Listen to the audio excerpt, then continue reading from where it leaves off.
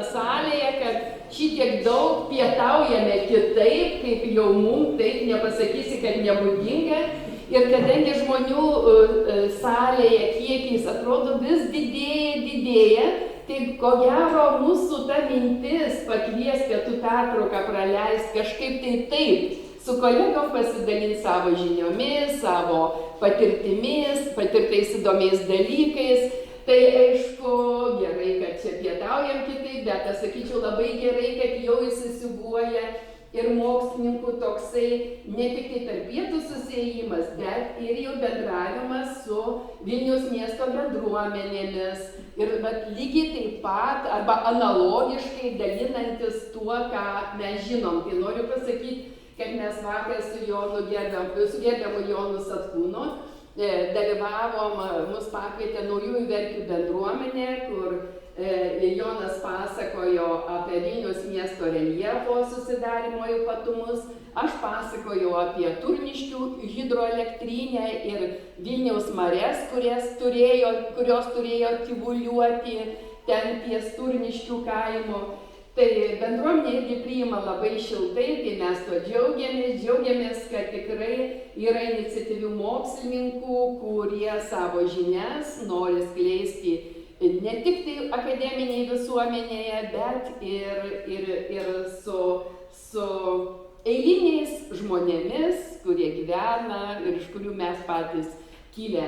Tai šiandieną irgi labai yra įdomi tema, kadangi artėja vėlinės ir su Jonu jau buvom gal žymiai anksčiau aptarę tą temą, kad Jonas sako, turiu tokią mintį, kurie galėtume pasidalinti.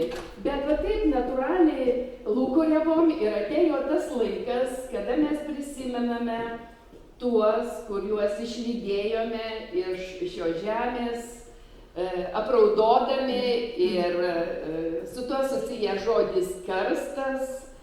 Tai šiandieną gal ne vien tik tai apie tas tradicinės laidotuvės arba apie vėlinės bus šnekama, galbūt jos tik bus paminėtos ir paieškota sąsajų su gamtiniais karstais, gamtinėmis karstinėmis įgriuvomis, su kuo šiandieną žada pasidalinti mūsų kolegos, tai Jonas Satkūnas ir Julius Taminskas. Prašom, pranešėjus.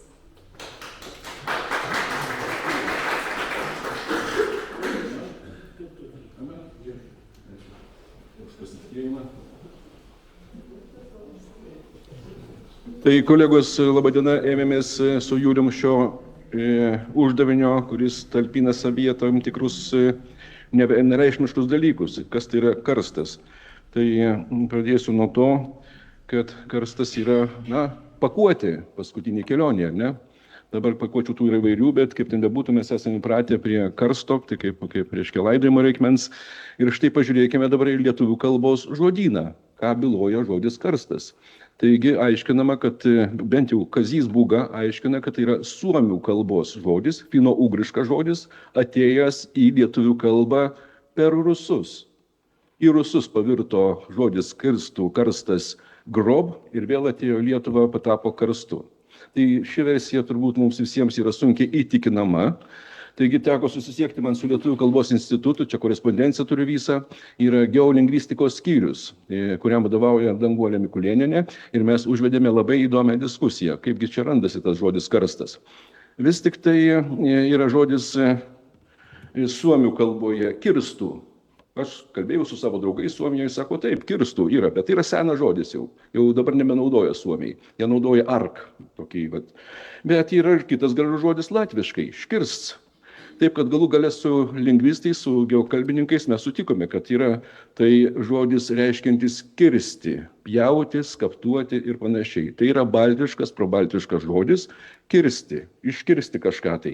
Ir jis būtent yra nuėjęs pas suomius. Ne suomiai mums jį padovanojo, bet yra nuėjęs į fino-ugrų kalbas. Ir estų naudojamas kirstų dar, ir suomiškai kirstų yra. Ir jo labiau prisiminkime, kad tie baziniai, pagrindiniai gyvenimiškai reikalai suomių kalboje atėjo iš lietuvių, iš baltų kalbų. Tai yra ir laivas, ir pirtis, ir kirvis, ir tiltas, ir sala, ir panašus dalykai. Taip kad ir karstas nuėjo į Suomiją iš Lietuvos. Tai tuo mes didžiuokimės ir būkime tvirti, kad probaltiška kalba yra gerokai senesnė ir yra davusi pagrindus kitoms kalboms. Bet karstas yra ir gamtinis reiškinys. Ir kaip čia Julius sako, kaip jie yra susiję. Karstas tai yra laidojimo priemonė, bet karstas turi turėti duobę. Tai čia duobė, kaip jūs matote. Ir čia parinkom tokią duobę, reiškia, kaip tik tai, jeigu karstą reikėtų padėti, tai kaip tik tai tokia tipiškai tinkama vieta karstui palaidoti. Tai dėl lingvistikos šiuo momentu tiek. Gal ką praleido, jeigu prisiminsiu, tai taip. Taigi dabar apie karstą kaip gamtinį reiškinį. Tai jau čia geografijos vadovėlio reikalas, visi esame išmokę, turbūt žinome, kad karstas atėjo iš Slovėnijos, iš Kraso plato arba Kraso plynaukštės, kur yra išplitę tie klasikiniai karstiniai reiškiniai, būtent karbonatinis klinties karstas, suformavęs milžiniškas požeminės erdves, bet karstas ne vien tik tai tirpinimas, ne vien tik tai tuštumos. Karstas formuoja ir kūrė, lipdo, kaip skulptorius. Tai yra ir speleotemos, ir stalaktitai, ir stalagmitai, ir kitokios formos. Taip, kad karstas ne vien tik tai tuštumų formavimasis. Karstas yra plačiai paplitęs visame pasaulyje. Jis užima, karstiniai reiškiniai, matome, Žemės paviršiuje yra apie 11% sausumos ir jie talpina 25% požeminio vandens išteklių. Taip, kad karstas yra labai svarbus reiškinys gamtinių požiūrių. Dabar šiek tiek pažiūrėkime į įvairias vietas pasaulyje, kur teko matyti karstinius reiškinius ir aš tai esu apstulbintas ta visa karstinių reiškinių įvairovė. Štai tropinis karstas ir tie patys urvai, uždaros vandens sistemos, ištekantis upelis ir jis dingstantis požemyje. Čia stalaktitų sistemos formuojasi ir aišku gyvena labai turtinga bioįvairovė. Ir didesnės karstinės tuštumos ir mažesnės karstinės tuštumos Brazilijoje, Belo Horizonte provincijoje, bet kas svarbiausia karstiniam procesui, tropiniam karstiniam procesui, tai yra bokštinis karstas. Tai yra būtent štai tokie bokštai, kurie pasilieka ištirpus visai tirpiai uolienai ir pasilieka tik tai netirpios salos, vadinamieji bokštai. Tai čia yra būdingasis tropinio karsto reiškinys. Be karšti suomiškai irgi reiškia karšti Vilna, tai irgi panašus žodis. Dabar prie bokštų pereisiu prie tokių praktinių problemų, su kuriomis reikia tvarkytis pasaulyje. Štai Kuala Lumpūras, Malaizija. Garsieji Petronas bokštai dvyniai, ko gero dar ir iki šiol išlikę pačiais aukščiausiais kaip po dvyniais, 450 metrų aukščio. Bet įdomiausia istorija yra tame, kad kai buvo jie pradėti statyti 1996 metais, to aikštelė, kur buvo parinkta, buvo atrastos tuštumos.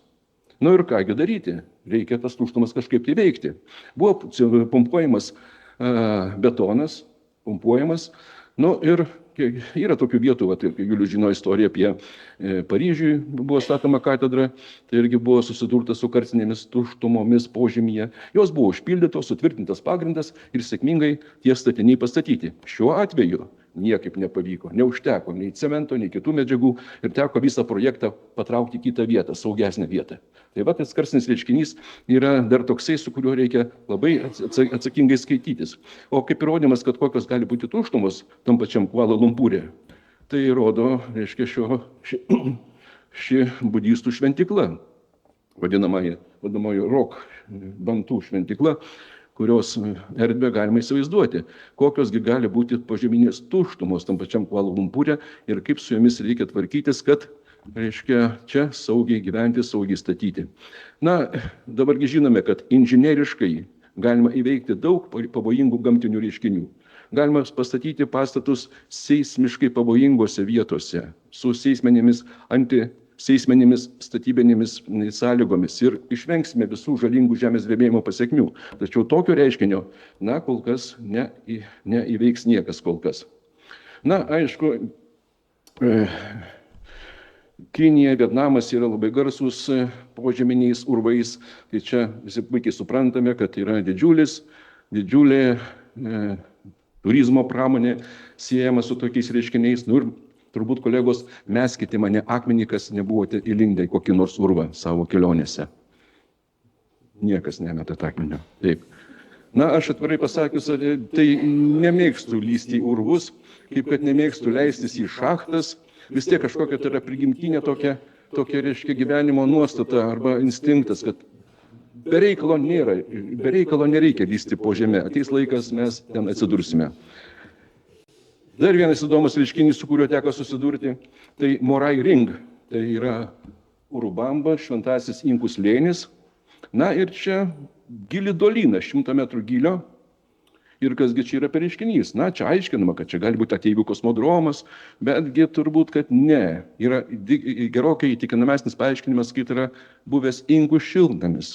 Štai šitos terasos, šitoj duobėj, jos kiekviena turi savo mikroklimatą. 0,2 laipsnio skiriasi, taip sakant, mikroklimatas ir galima auginti įvairias daržovės toj duobėj. Vienoj terasėlėje, vienoj lentynėlėje vienokis, kitoj lentynėlėje kitokis. Tai va, reiškia, kaip dolina, karstinis reiškinys gali tarnauti praktiniam reikšmėm nuo senų laikų. Inkai tą jau įsisavino.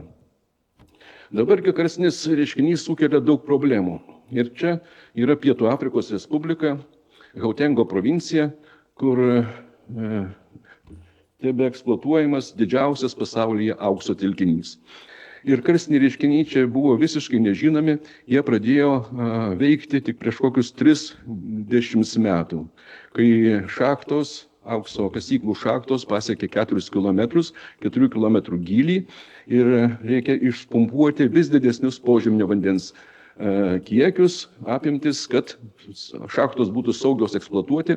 Taigi, nužeminus požeminio vandens lygį, prasidėjo karstinis procesas. Ir čia vyksta jis labai intensyviai, formuojasi įgriuvos smegduobės maždaug kelių futbolo aikščių dydžio. Aukų jau per keliasdešimt, Lietuvos karstiniame regione dar neturime nei vienos, o ten jau žūsta žmonės. Tai va, dėl aukso kasybos vyksta karstinis reiškinys. Na ir čia man labai patinkanti smegduobė, tai yra mano vardu pavadinta smegduobė. Tai čia Julius piktai žiūri mane, kai aš rodau šitą smegduobę, nes jis daug metų dirba karstiniame regione, bet dar neturi savo vardo smegduobės. Nepykit, turėsite dar, čia viskas prieš akis. Taip. Tai va, tai čia tokia istorija. Čia keletą kartų lankant iš to vietoj, taip sakant, buvo labai įdomu ją tyrinėti. Ir beje, horizonte matote, reiškia kalnas. Tai yra kalnas suformuotas iškasus auksingą uolieną. Auksas paimtas ir kas lieka, formuojamas naujas reljefas. Tai šita smegduobytė yra nei daug nei mažai 60 metrų gylio. Bandėm nuleisti droną, jis nepakylo, dingo. Ir įdomu tai, kad šitoje vietoje buvo planuojama statyti mokyklą vietos kaimui. Kaimai, taip sakant, ta mokyklėlė nebuvo pastatyta, smegduobė griuvo anksčiau. Ir čia mes atlikome tyrimus, reiškia, geofizinius ir ten aukščiau mėlynasis burbuliukas, tai yra, gal šveikia mano.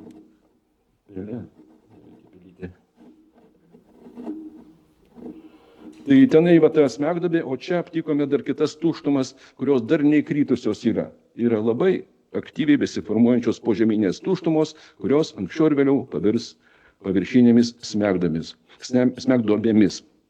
Tai va, tai karstinis procesas užkurtas yra žmogaus veiklos Pietų Afrikoje. Dabar kita tokia įdomi istorija. Lusaka, Zambijos sostinė, geria vandenį iš dolomitinio vandeningo sluoksnio, išplytusio visoje Lusakos teritorijoje. Nu gerai, vanduo yra gerai, bet ta pati šita sistema, dolomitinė karstinė sistema, yra naudojama šiukšlėms deponuoti. Atsiprašau, visi sąvartynai reiškia talpinami į būtent tas karstinės tuštumas. Dar daugiau, visa kanalizacija suvedama ir tos latrinos irgi čia įrengtos yra. Tai ką tai reiškia? Tai reiškia, kad iki šių dienų Lusakoje tebėra choleros židiniai. Tai vat ką reiškia taip neatsakingai elgtis su karstinė sistema. Aišku, nereikia ieškoti tokių egzotiškų pavyzdžių tolimuose kraštuose. Dar visai nesenai, prieš kokius 30, gal daugiau, nesumeluosiu metų, Gotlando saloje, kur yra karstėjanti kreidos sistema, tai valdos būdavo didesnės vertės, kurios turi prieigą prie karstinių urvų. Kodėl? Todėl, kad galima suleisti kanalizaciją iš karto. Visai pigiai, paprastai. Tai reiškia, karstinis procesas yra svarbus. Dar beje, čia pasakojo vietiniai, kad jie čia žvejoja žuvis iš tų urvų. Ir tos žuvys yra aklos. Nežinau, ar patikėti tą istoriją ar ne, bet taip sakant, kad įdomi tokia bioįvairovės aspektą pabrėžinti karstinių sistemų svarbą. Betgi karstiniai reiškiniai daugelį Afrikos vietų, čia konkrečiai Zambijoje, yra laikomi šventais. Tai yra šventos vietos. Ir patekti prie jų yra labai sudėtinga. Neužtenka gauti ministerijos, kuri atsakinga už ryšius su gentimis, genčių vadais leidimą. Reikia gauti konkretaus genties vado leidimą. O kaip tą gauti? Reikia pas jį patekti, atsiklaupti ant kelių, demonstravau, atrodo, vienas iki per vieną čia mano pranešimą, atsiklaupti ant kelių, specialiu būdu pasveikinti, aišku, duoti pinigų ir tada gauti leidimą. Viskas įsisprendžia. Tai va šventieji ežerai. Čilengva, Kašyba, tai tokiuose vietose yra įdomu pabuvoti. Bet yra dar vietų Afrikoje, kaip antai Siera Leonėje, kur geologai, dirbantys su geologinė problematika, kartografuojantys, ieškantys naudingų iškasenų, sako, pas mus karstinis reiškinys nėra priskiriamas prie geologinių problemų. Tai yra juodoji magija. Ir viskas, reiškia, nėra čia kuo užsiminėti per daug.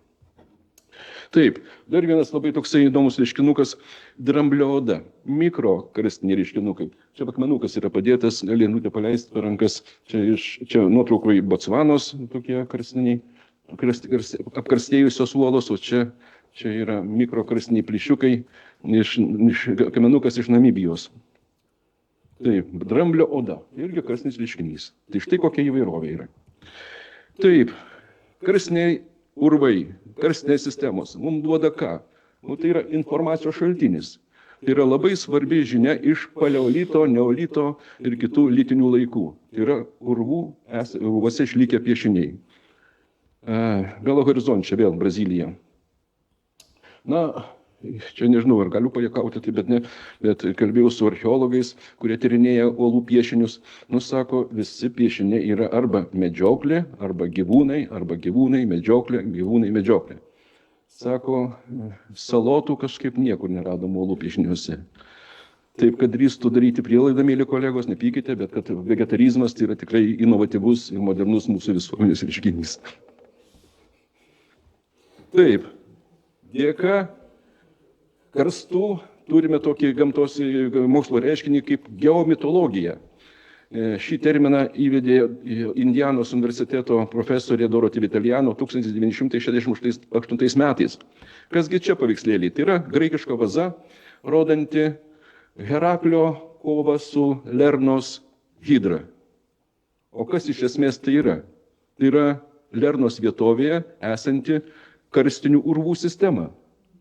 Karstiniai urvai, tai reiškia vieną urvą užkemši, kaip čia graikų archeologai, taip sakant, tą visą reikalą išaiškino, tai per kitą vietą per kitą urvą išsiverš vanduo.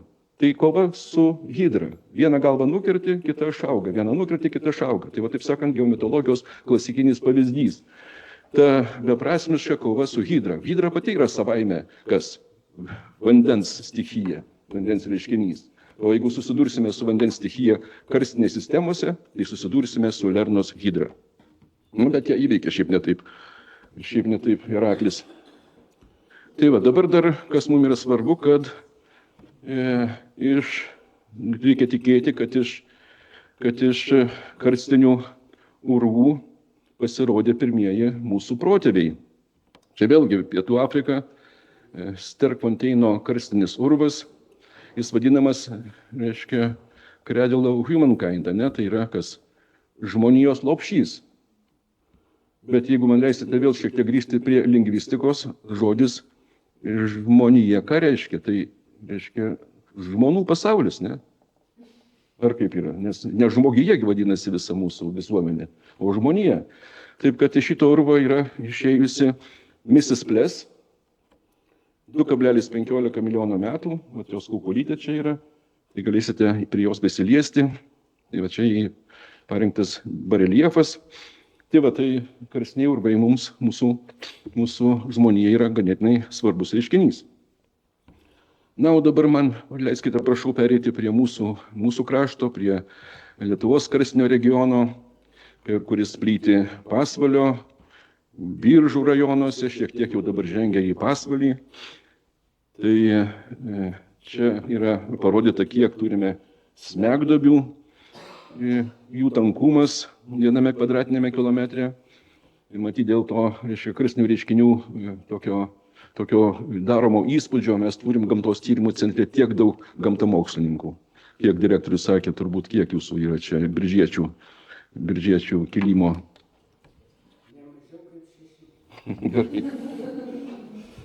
Tai dar esančiai progai tada per diskusijas pasivaišinsime dovaną Biržų duonos siuntinėlių. Ir čia pažiūrėkite, kaip jie pasinaudojo karstinėmis smegdomis, sukūrė, reiškia, smegdobių pyragaičius. Galėsite paragauti. Taigi, dėka karstinio regiono tyrimų turime ganėtinai patikimas žinias. Ir čia sėdi gerbiamas Vytautas Narbutas sudarė šį geologinį pjūvį, kuriame aiškiai matyti tokie du pagrindiniai karstėjantys sluoksniai, kuriuose tirpsta gipsas. Gipsas tirpsta, tai yra Pasvalio ir Nemunėlio sluoksniai, labiau gipsingesni, skiriami dolomitinio sluoksnio. Ir čia yra tas lašinių gabalas, tai yra pluoštinis gipsas arba selenitas ant stalo padėtas.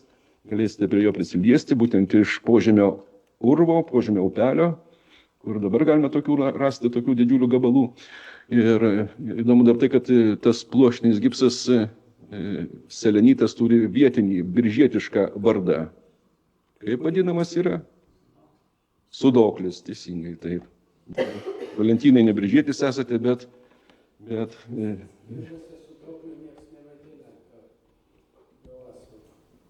tai,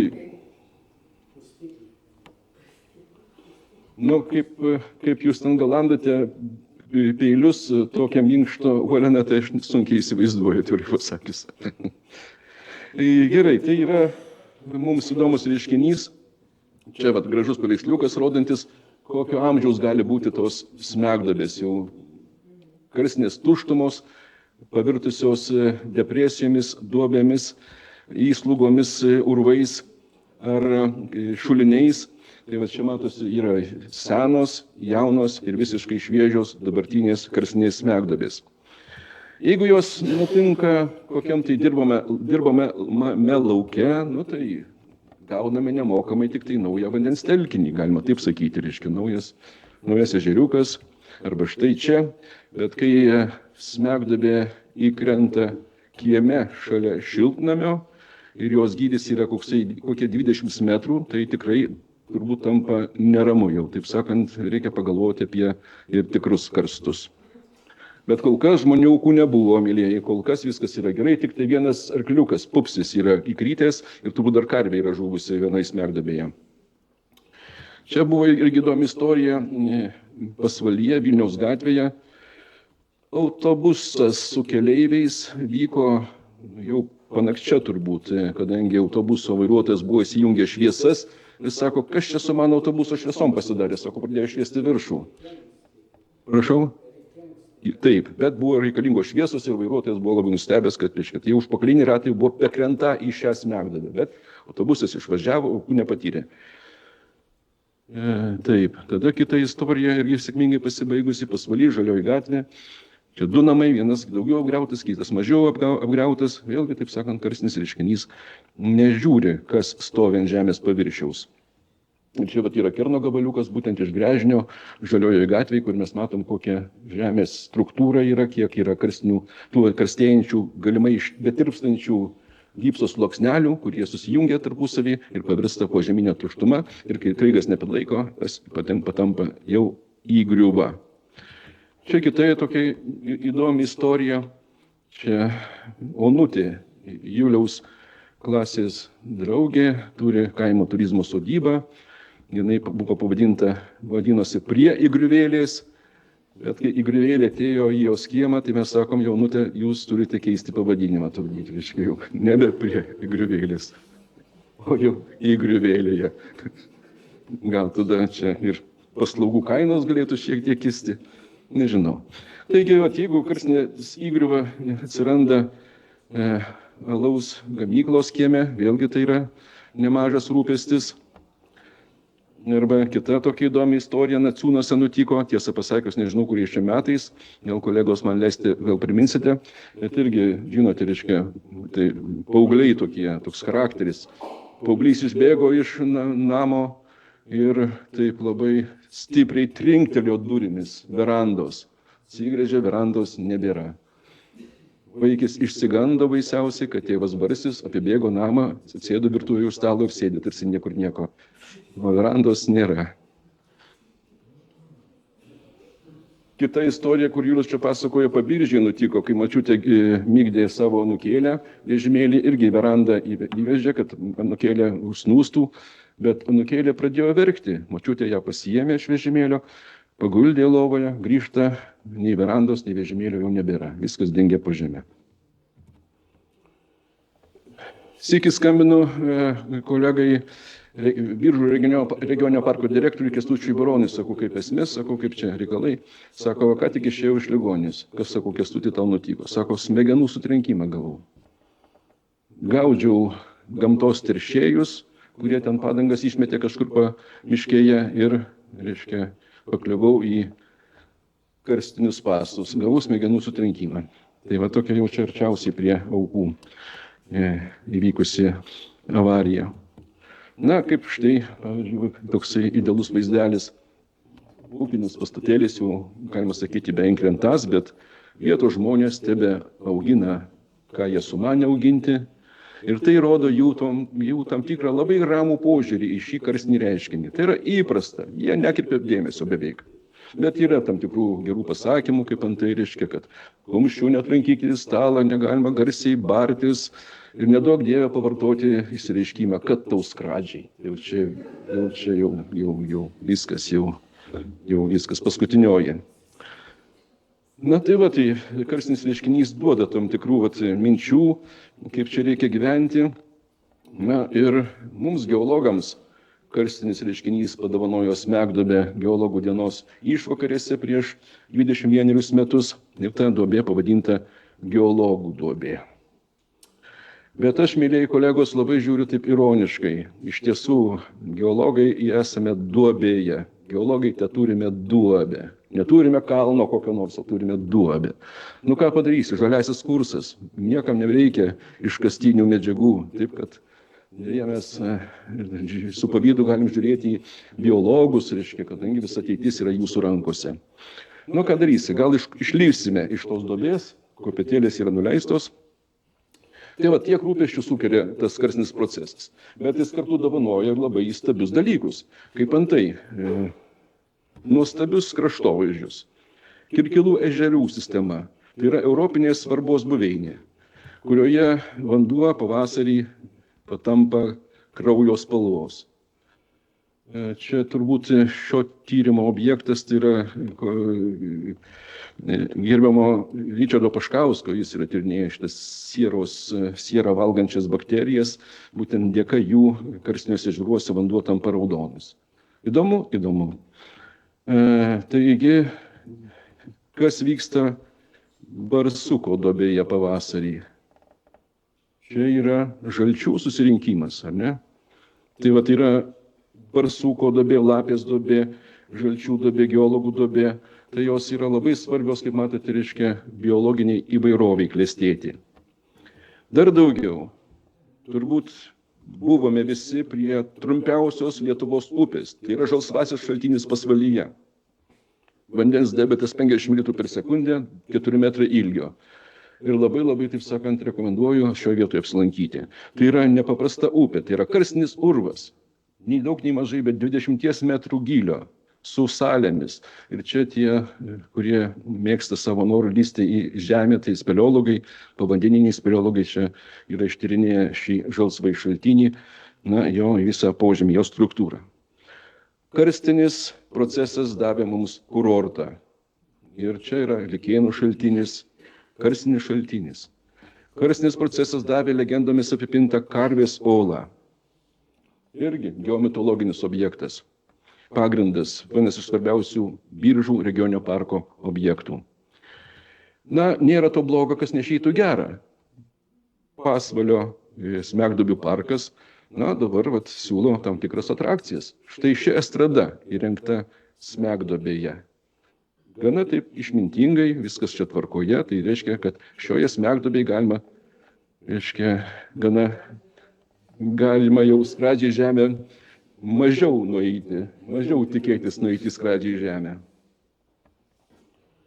Toliaugi, reiškia, čia irgi karstinių upelių sistemas, susijungusios smegduobės ir matom tokie labai paslaptingi skrituliai ant pirmo šerkšno. Tai čia gražus reiškinys, kurio prigimties kol kas niekas nedrįsta paaiškinti.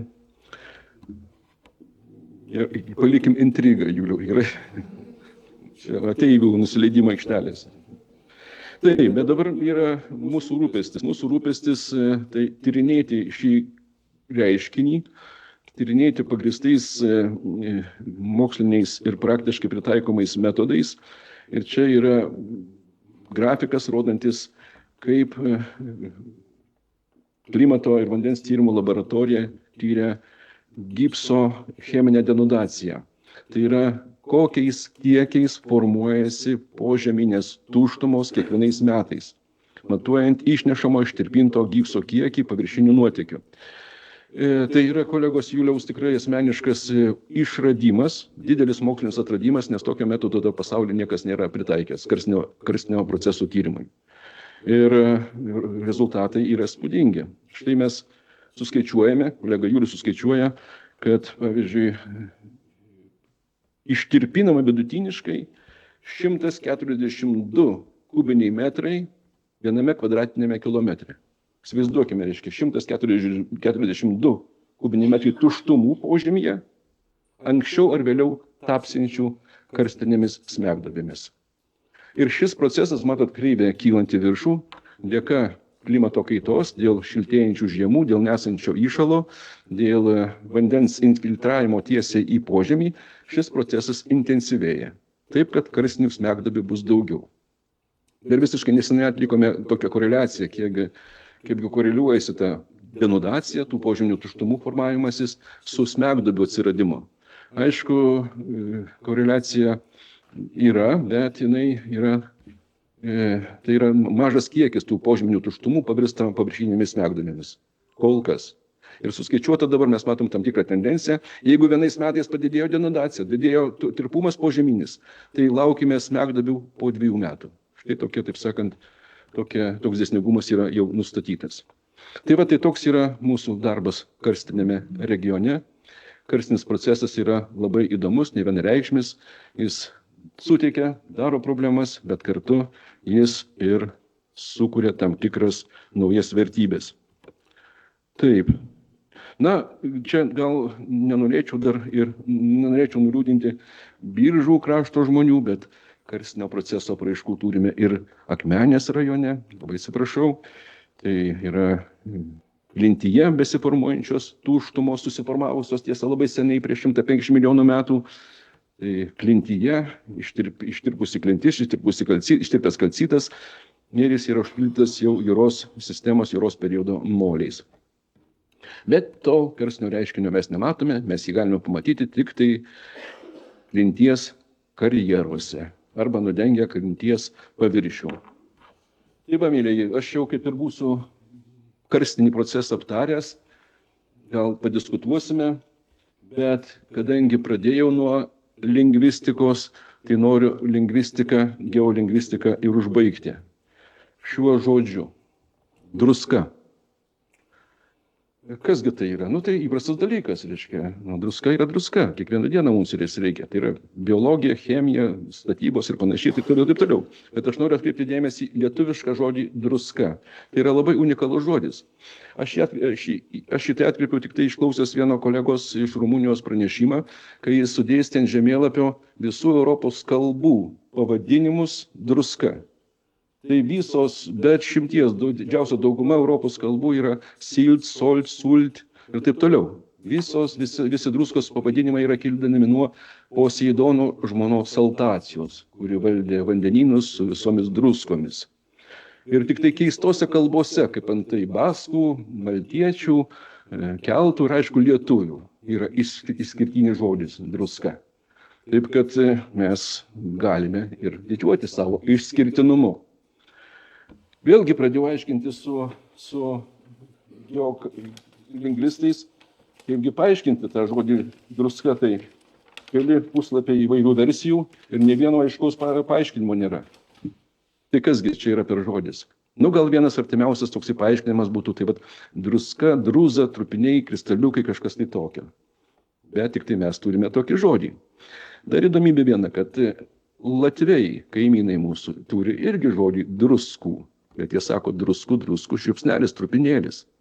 Tai diskusija vyksta dabar. Ar latviai mums pasiūlė druskos trupinėliais į delną, į mūsų ištestus delnus paberti druskų, ar buvo atvirkščiai? Kaip ten bebūtų, mes žinome, kad druska atėjo ne iš šiaurės, o atėjo iš pietų. Taip, kad mes atsakingi už druską ir latviam darėm druskų. Taip, kad nežinau, čia yra skelbimas, pastatykime paminklą žuviai, tai gal šalia paminkliuką druskai būtų gražu įrengti. Bent jau prisipažinsiu, kad skaičiau pranešimą apie druskininkų jubiliejaus konferencijoje, tai jie pagavo šią idėją. Ir gali būti, kad druskininkuose ir bus kažkas tai tokio, kuo bus pagerbtas mūsų nuostabus žodis druska. Ačiū uždėmesį.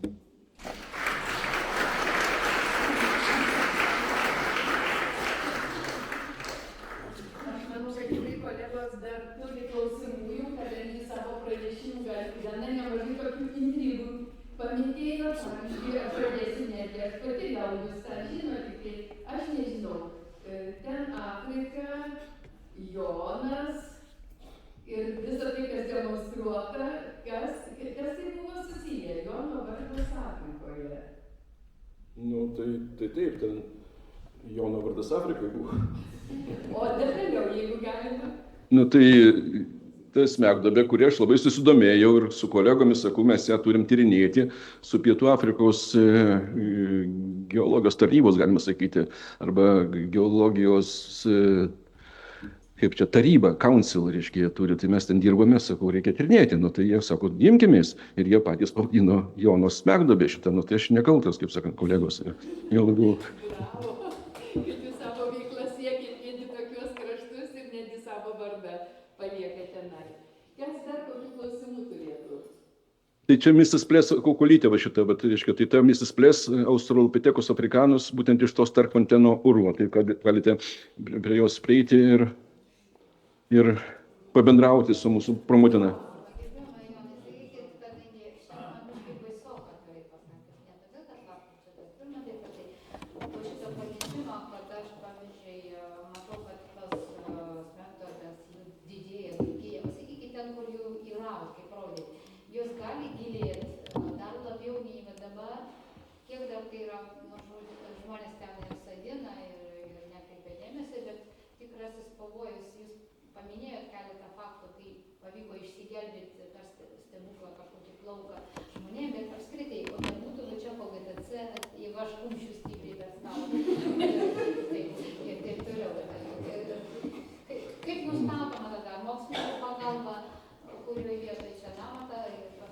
Jos nėra tokio didelės apimties ir labai sunku suprognozuoti, kurioje vietoje požemyje yra tuštumos, bet turime daugybę pavyzdžių, kai atliekami geofiziniai tyrimai, elektrotomografija ir ištyrus vietą, ten galima pasakyti, ar yra tuštumos.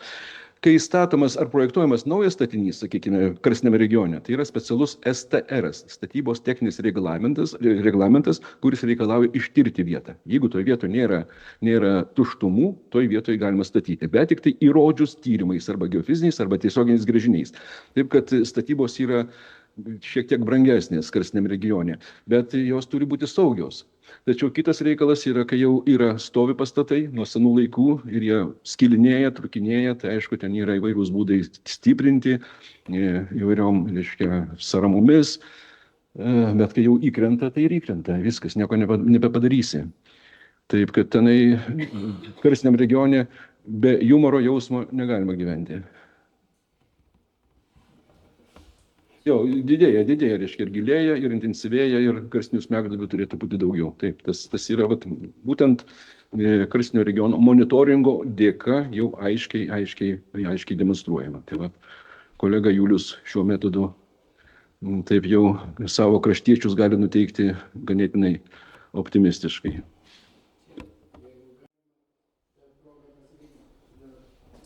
Daugeliui atrodo, kad problema mūsų karstinio regiono tai yra ar atsivėrusi smegduobė, ar kas nors įkrito.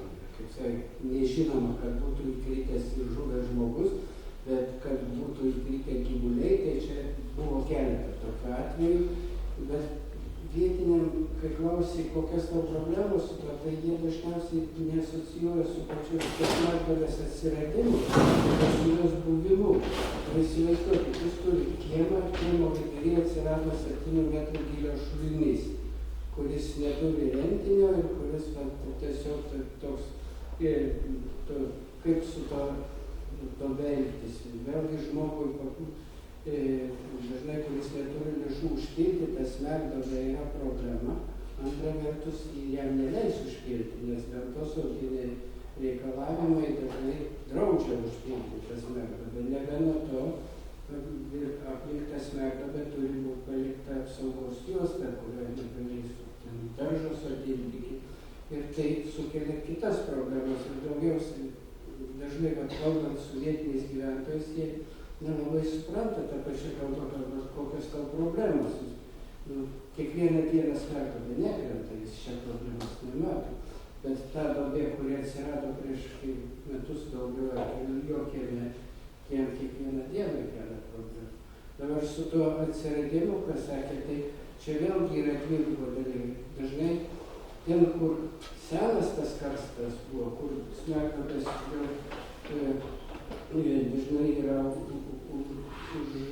užpelkėjusios, tai retai ten, kada atsiranda naujų smegduobių. Bet yra zonos, kur dabar atsiranda karstiniai ežerai. Tai jeigu, kaip matėte, tą prie Griuvėlės kaimo sodybą, tai aplink, tai čia Jonas rodė vieną atsiradimą. Aš per savo gyvenimą prie tos mačiau 3 kartus, kaip atsirado nauja smegduobė ten šalia. Taip kad jeigu jau prie smegduobės gyveni, tikimybė, kad bus nauja smegduobė yra didelė. Bet jeigu gyveni prie senos smegduobės, tai tikimybė, kad ten atsiras nauja yra kur kas mažesnė.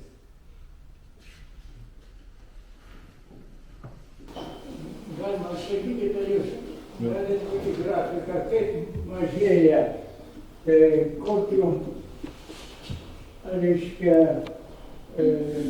greičiu mažėja vandens laiptinamoji galia prisisotinant. Kada prisisotina, reiškia, mažėja. Gėlas nepaprastai, reiškia, veikia, o didėjant, pavyzdžiui, pusė, taip sakant, nuo kurios vietos jau galutinai jis netirpsta. Kada prisisotina, netirpsta. Mechaninis tik tai poveikis tada. Juliu, gal prieikit prie įrašo, čia turbūt, kad liktų. Taip, čia prieikit prie mikrofono, kadangi liksite įrašytas į istoriją.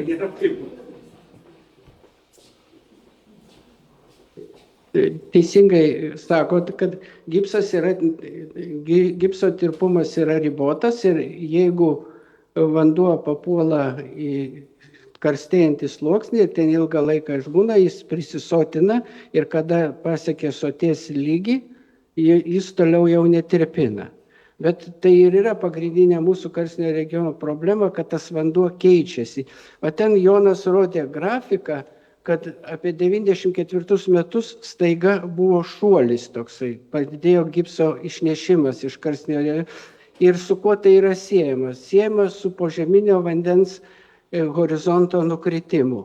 Kada yra vienam horizonte gipsas plaunamas, jisai išplaunamas iš to horizonto gipsinga uoliena ir apykaita vandens jau ten mažai, bet turi didelės įtakos karstui. Bet kada yra žemesnis horizontas, jame nesikeičia vandens nesikeičia tirpumas ir ten gipso prisotintas vanduo nejuda, jis neišneša to. Ir nukritus vandens lygiui požeminiuose horizontuose pradėjo plauti giliau esančias uolienas.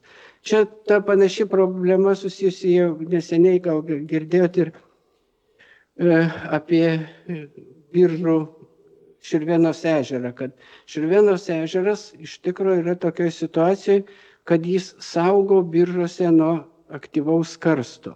Miesto teritorijoje, didesnė jo daly, visur yra karstėjančių uolienų, bet yra situacija tokia, kad ežeras patvenkęs, požeminio vandens lygį pakėlęs ir vandens apykaita ten yra labai lėta vandens apykaita, kaip gerbiamas Narbutas minėjo, nebetirpinamas gipsas ir ten karstas sustojęs. Nors seno karsto iki ežerą patvenkiant tokių reiškinių ten yra gana daug.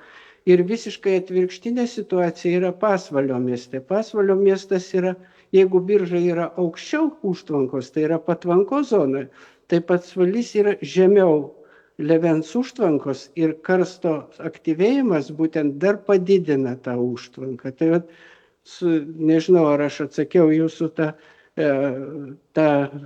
klausimą, bet klausimas tai, kad iš tikro problema yra ne vandens patekimas, o vandens apykaita. Jeigu didėja gėlas vandens apykaita, tai didės ir išnešimas gipso.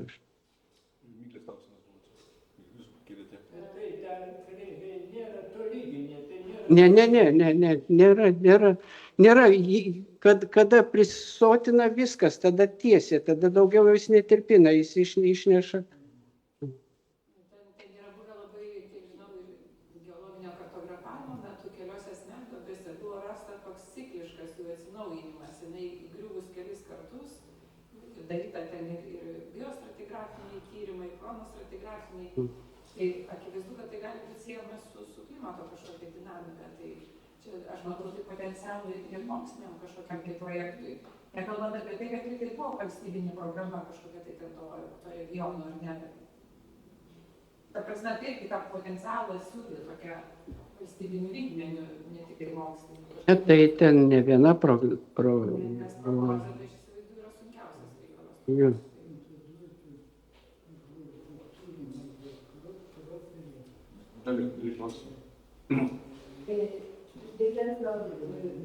Čia paaiškina daug ką, pats procesas kaip ten susijęs, sakykime, su vandenyno horizontu ar ne, lygiu. Bet aš norėjau dar tokį dalyką, gal žinot, patikslinti.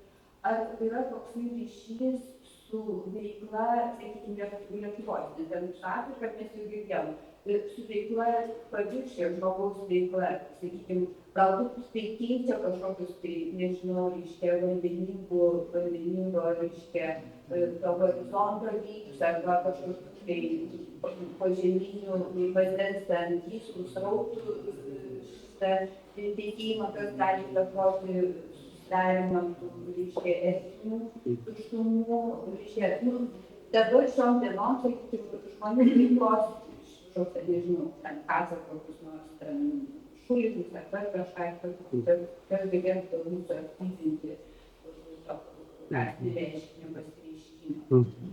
Tai, kaip jau ir minėjau prieš tai, kad karstinį tą procesą suaktyvina arba stabdo vandens apykaitos greitis. Jeigu tarp paviršinio ar požeminio vandens apykaitos greitis didėja, tada gipso išplovimas didėja ir spartėja tuštumų susidarimas ir po to ir paviršinių karstinių formų.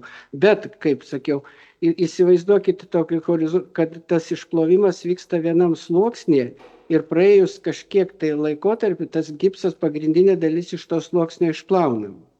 Ir tada turėtų pagal viską stabilizuotis, jeigu vandens apykaita nesikeičia, turėtų stabilizuotis ir procesas to karsto būti jau vienodas. Bet kaip ir minėjau, kad žmogus arba, pavyzdžiui, šiuo atveju, kaip mes matom klimato kaitą, jis gali pažeminti horizontą.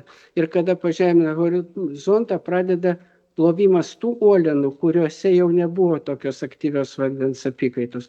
Ir tada iš naujo liktai atsigaivina. O ką jūs sakėte, tai pagrindinis dalykas, tai kaip pagrindinis pavyzdys čia yra, kaip jau minėjau, Biržų ir Pasvalio miestai. Nes aišku, niekas to nežinojo, kada jos statė, bet vienu atveju karstą sustabdė, kito atveju karstą pagreitino. Gali būti labai elementarus pavyzdėlis, kai sulinkime nuo stogo lietaus vandenį ir lietvamzdžiu nuleiskime jį prie savo namo pamatų. Kas bus, tai vietoj garantuotas smegduobė. Taip, kad labai yra daug visokių aspektų, kaip reikia elgtis su šiuo įdomu reiškiniu. Viskas. Tai galim praktiškai išbandyti karstinių smegduobučių. Bet prieš išbandant karstinės smegduobutės, tai be abejo paplokim mūsų